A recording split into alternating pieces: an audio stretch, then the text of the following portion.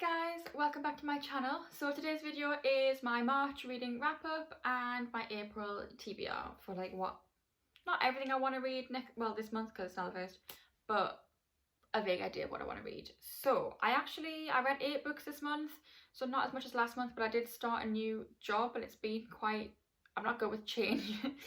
And even though I'm working less days now than my old job, I've not actually been very well, so I haven't read as much. I've been very tired, so I just haven't had the brain capacity to read so I haven't read since the 22nd, to be honest with you.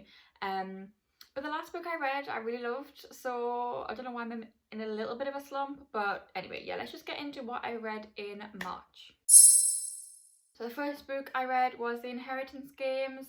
I read this from the 1st to the 3rd. It took me a few days to read. I rated this 4 stars. I loved this book, this whole series. I read the full series. So the next one I read obviously was The Hawthorne Legacy from the 3rd to the 5th, and then I read The Final Gambit from the 6th to the 8th. I rated all of these 4 stars actually. Let's get these in a good order. There we go. Yeah, I rated all of them 4 stars. It's a 4-star series. I loved this. I didn't think, because these are YA, I didn't think I would love these as much as I did, because I do love me some smut, and obviously there's no smut in this. But this story was so good. It really had me hooked. Loved the concept. Jameson, I just loved him more and more as every book went on. I loved Jameson. I really couldn't put down, like the first book, the last 100 pages I just binge read in one sitting. I ended up only buying the first book at first. Got halfway through it and thought I need to buy the other 2. Thank God I bought the second one before I finished this one, because it had a cliffhanger and I was like, are you fucking kidding me? So yeah, I finished it and went straight into this book. It was late that night. I think I only got through like 50-ish pages, if that, because I could have had a break in between. Like, yeah.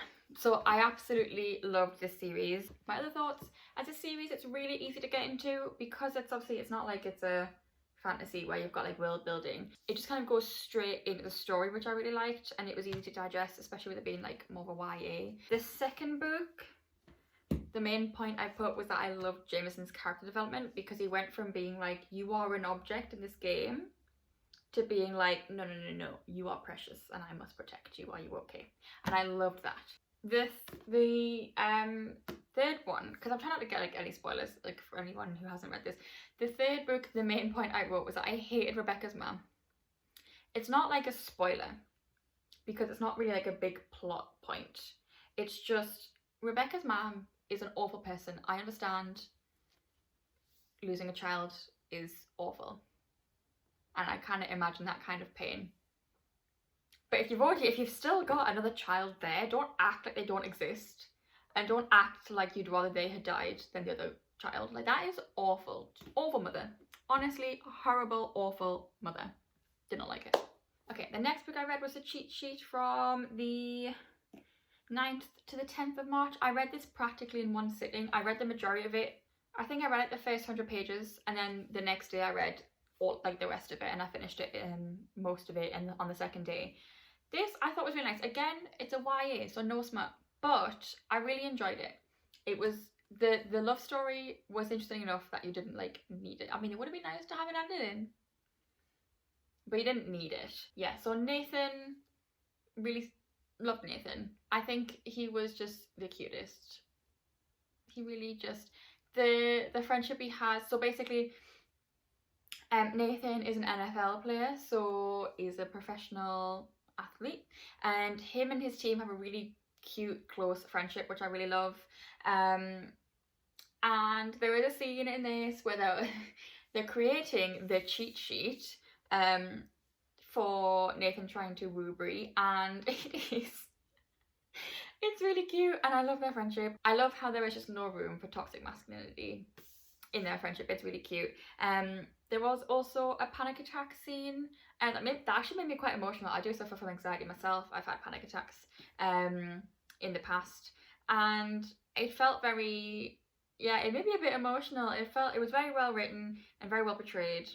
I loved that scene, even though it was an emotional scene and it's not like a nice thing to go through, but it was very well written and I really enjoyed that. The next one.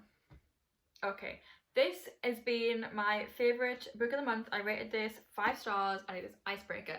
So I read this from the 10th to the 14th because it is a bit of a chunky boy, and obviously I was at work that week. And I have fully decided Nathan is my favourite book boyfriend from what I have read so far. Yes, he has even surpassed Charlie Lastra. I love this man. I know a lot of people have said this book could be shorter, and I agree it could be shorter, but I loved their chemistry and their relationship and their banter so much that I was glad it went on for as long as it did. I could have read more, honestly. If she decides to come out with a novella just about their life, their everyday life together, I would buy that in a second. I loved them so much. It's Grumpy Sunshine, but reversed. She's grumpy, he's sunshine. He's like, he is Golden Retriever boy energy, and I love him. At first, actually, I kind of didn't like Anastasia because I just thought she was very dickish, but at the same time, I understand because men, you know? But because Nathan was so sweet and such a sweetheart, I didn't like how she treated him. But then she did, you know, she softened. Yeah, I loved this. I really, really, really love this book. 5 stars. Loved it. I realised I didn't tell you, I rated the cheat sheet 4 stars, so. Okay, the next one I read was the Kiss Quotient. This one I rated 3.5 stars. I read it from the 15th to the 21st. It took me, there was a couple of days in there where I was like, I just can't be bothered to read this. There was smut in this. It was decent. I did like Michael, I will say. It had a good representation of autism slash Asperger's, and I loved how understanding Michael was, and he just really knew how to handle her and how to make her feel comfortable and like understood, and I really enjoyed that.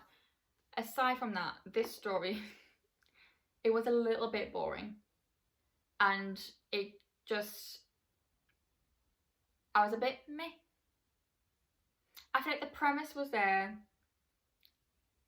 but the execution wasn't quite 100%. So it did take me a little while to read this. I've rated this 3.5 stars, like I say, because I did enjoy it. It was cute, but I was a little bit bored at some parts. So, okay, the final book I read this month was another 4 stars, and that was Punk 57. So this one I read from the 21st to the 22nd. It was so good. When I say I read this from the 21st to 22nd, I read about 30 pages one night before bed. And the next morning, I read the full thing in one sitting, pretty much, like small breaks in between. I loved this. I've literally just written Misha is fit in this.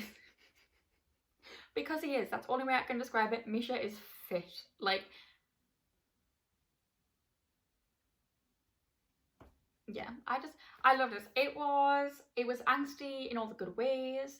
There was a little bit of like mystery. The twist at the end got me. I did kind of guess it.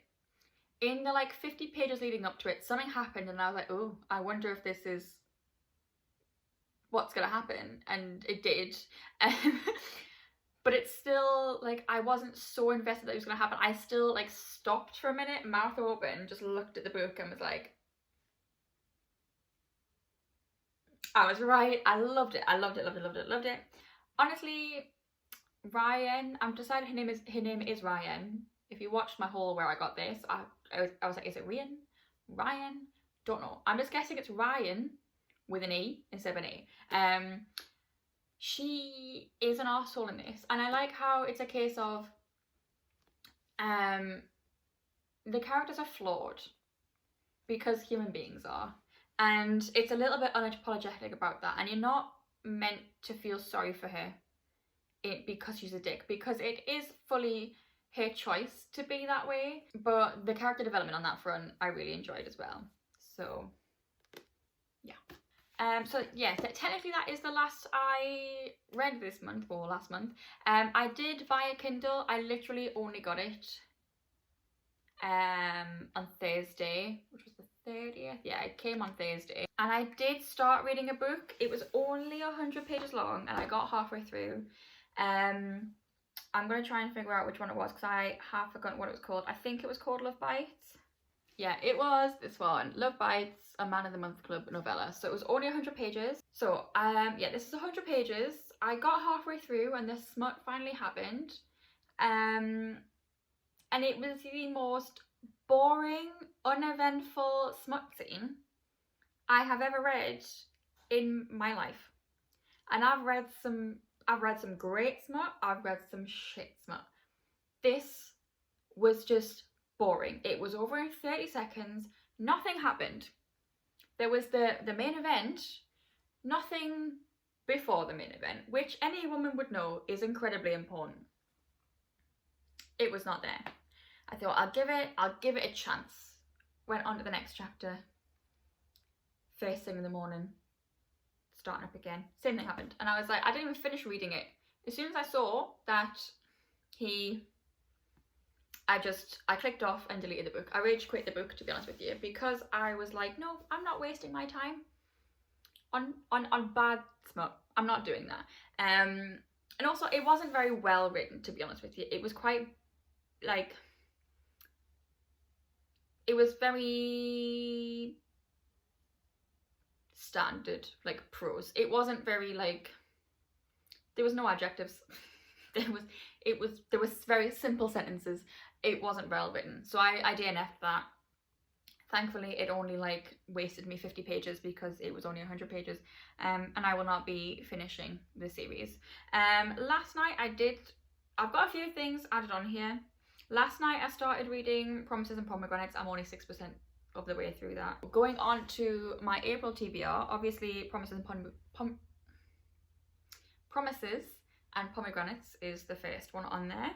I've also added Brittle Prince on my Kindle Unlimited, Mile High, and the Sweetest Oblivion. So I think I want to try and read those. But obviously they're series, and I thought I'll want to read all of them if I do that. So I might not. We'll see when it comes to those. Because I also just want to. I've got 3 months free with Kindle Unlimited with this. So I do want to read as much as I can while I've got that. But aside from that, the physical books I want to read, I do want to start the Twisted series or like finish it. I don't know, I might read like this more towards the end of the month. I mean, like maybe the first 1 or 2 and then finish it beginning next month. I want to read One True Loves because I've just heard so many good things about this. It's a beautiful cover. Just look, the blue with the orange and the pinky red. Love. Yeah, I love the premise of this book. I've heard so many good things, so I'm dying to read this. I have been dying to read it since I bought it last month. I just for some reason didn't read it first. I don't know. The next one I want to read is one of the ones I've owned for a long time, and it's called Falling to Ash. This one is by Karen Mahoney. It's, I believe, vampires. Yeah, it's a vampire book. It looks like it might be a series. I've just had it for a while. I want to try and read some of the stuff I've had for a long time and get through it, even though it's not something I necessarily feel like very excited about reading. So I want to give it a go. We'll see. Next, I want to read Lessons in Chemistry. This was one of the ones I actually wanted to read this month. I just never really got around to it because I got into a bit of a slump. So I want to give it a go this month just to kind of break things up a bit and read something a bit different rather than just like smutty romance, you know? The next one I want to read is Cleopatra and Frankenstein. Yeah, I've been really excited to read this since I bought it. It's a bit thicker, so we'll see how long it takes me to actually get through it. Yeah, not much to say really. I'm quite interested in what this one's about, you know. The final one on my list that I want to read is The Unhoneymooners. Again, I got this last month. I've been quite excited to read it since I bought it. My TBR list is one of those things. I am a mood reader. They're what I would ideally like to read, but I might not read some of them. I might read some other stuff. We'll just sort of see how it goes. But I haven't really got a mix in there, to be honest. I've got one, I think is a YA, that vampire one, and Lessons in Chemistry are the outliers, and the rest are smutty adult romance. So I do have favourites, if you couldn't tell. That's it for this video. I hope you enjoyed. If you did, give it a thumbs up. Subscribe down below if you haven't already. I'm going to be doing a 24-hour reading challenge. Probably will be my next video because it's a bank holiday for Easter. Obviously, I've got like 5 days off work next weekend. So I'm going to use 2 of those days to do another 24-hour challenge and try and get through as many of these as I can. So look out for that next.